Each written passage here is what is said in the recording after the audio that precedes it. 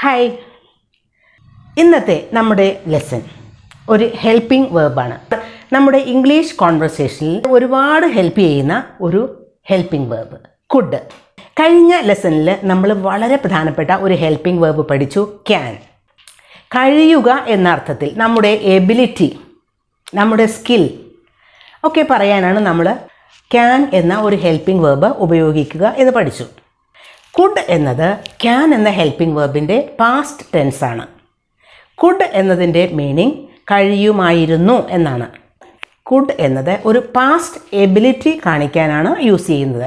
പണ്ടത്തെ കാര്യം, അതായത് കഴിഞ്ഞുപോയ സമയത്ത്, കഴിഞ്ഞ കാലത്ത് നമുക്ക് ചില കാര്യങ്ങളൊക്കെ കഴിയുമായിരുന്നു എന്ന് നമ്മൾ പറയില്ലേ. എനിക്ക് ഡാൻസ് ചെയ്യാൻ കഴിയുമായിരുന്നു, അവന് മരത്തിൽ കയറാൻ കഴിയുമായിരുന്നു, അവന് ചാടാൻ കഴിയുമായിരുന്നു, അവർക്കൊക്കെ ഓടാൻ കഴിയുമായിരുന്നു എന്നൊക്കെ പറയില്ലേ. അത്തരം കാര്യങ്ങൾക്കാണ് നമ്മൾ ഈ കുഡ് എന്ന ഹെൽപ്പിംഗ് വേർബ് സാധാരണയായിട്ട് ഉപയോഗിക്കുന്നത്. ഐ കുഡ് ഡാൻസ് എന്ന് പറഞ്ഞാൽ എനിക്ക് ഡാൻസ് ചെയ്യാൻ കഴിയുമായിരുന്നു. ഷീ കുഡ് സിങ്, അവൾക്ക് പാടാൻ കഴിയുമായിരുന്നു. ദേ കുഡ് ജംപ്, അവർക്ക് ചാടാൻ കഴിയുമായിരുന്നു. I could climb trees when I was A boy, ഞാൻ ഒരു കുട്ടിയായിരുന്നപ്പോൾ, ഒരു ആൺകുട്ടിയായിരുന്നപ്പോൾ, ഇപ്പോൾ വലിയ ആളാണ്, അപ്പോൾ പറയുന്നത് ഞാനൊരു കുട്ടിയായിരുന്നപ്പോൾ എനിക്ക് മരത്തിൽ കയറാൻ കഴിയുമായിരുന്നു. I could climb trees. He could run fast when he was young, അവൻ ചെറുപ്പമായിരുന്നപ്പോൾ അവന് ഓടാൻ കഴിയുമായിരുന്നു. ഈ കുഡ് എന്നതിൻ്റെ ഒരു നെഗറ്റീവ് ഫോം കുഡ് നോട്ട്, അതിൻ്റെ ഒരു ഷോർട്ട് ഫോം കുഡിൻറ്റ് എന്ന് യൂസ് ചെയ്താൽ നമുക്ക് നെഗറ്റീവ് മീനിങ് കിട്ടും, കഴിയുമായിരുന്നില്ല എന്ന മീനിങ് കിട്ടും. When he was A baby he couldn't speak, അവനൊരു കുഞ്ഞായിരുന്നപ്പോൾ അവന് സംസാരിക്കാൻ കഴിയുമായിരുന്നില്ല. സ്പീക്ക്, സംസാരിക്കുക. I couldn't dance but I could Singh, എനിക്ക് ഡാൻസ് ചെയ്യാൻ കഴിയുമായിരുന്നില്ല. ബട്ട് ഐ കുഡ് സിങ്, എനിക്ക് പാടാൻ കഴിയുമായിരുന്നു. അപ്പോൾ കുഡ് എന്നതിൻ്റെ കൂടെ നോട്ട് ചേർത്ത് കുഡിൻറ്റ് എന്നാക്കി അതിനൊരു നെഗറ്റീവ് മീനിങ് കിട്ടും.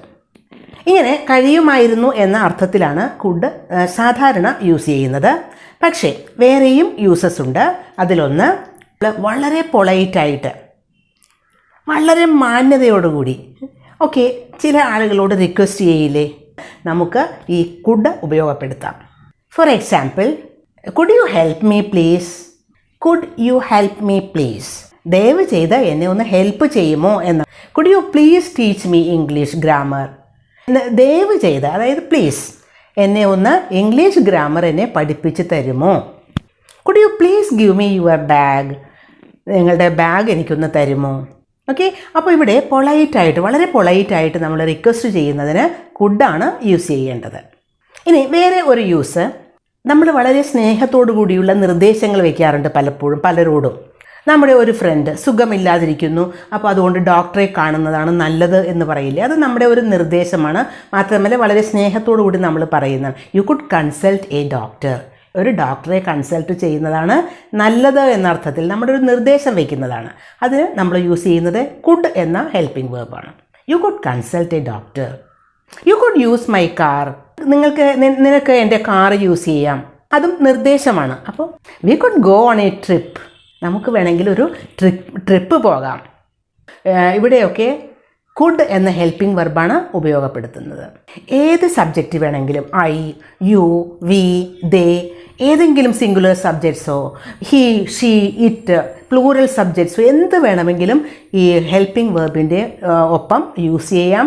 ഒരു ചേഞ്ചും സെൻറ്റൻസിൽ വരുത്തേണ്ട ആവശ്യമില്ല. അതുകൊണ്ട് തന്നെ ഈ കുഡ് എന്ന ഹെൽപ്പിംഗ് വെർബ് ഉപയോഗിക്കുമ്പോൾ വളരെ ഈസി ആയിട്ട് നമുക്ക് ഉപയോഗിക്കാൻ സാധിക്കും. ഇന്നത്തെ ഈ ലെസൺ നിങ്ങൾക്ക് യൂസ്ഫുൾ ആയിരിക്കും എന്ന് കരുതുന്നു.